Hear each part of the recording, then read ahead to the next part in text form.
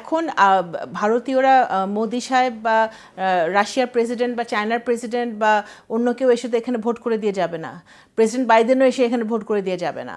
সবাই কিন্তু বলছে বাংলাদেশে একটি সুষ্ঠু নিরপেক্ষ ভোটের কথাই কিন্তু সবাই বলছে। যারা এসে ওনার সাথে মিটিং করে প্রধানমন্ত্রীর সাথে, তারা কিন্তু প্রত্যেকবারই প্রত্যেক রাষ্ট্রপ্রধান বা যারা আসে তারা কিন্তু নির্বাচনের কথা বারবার করে বলছে। তো সুতরাং আমি মনে করি যে ভারত সহ কেউই শেষ পর্যন্ত সকল দেশ কিন্তু নিজের স্বার্থ বোঝে।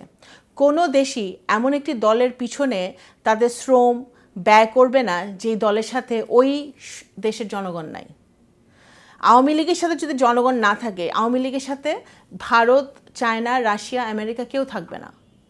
এবং এটা একটা অবশ্যই একটা মানে আবারও জোর দিয়ে বলতে চাই যে এই প্রত্যেকটি দেশ আমাদের ডেভেলপমেন্ট পার্টনার। এই প্রত্যেকটি দেশের সাথে আমাদের দ্বিপাক্ষিক সম্পর্ক আছে, বিভিন্ন ধরনের সম্পর্ক আছে।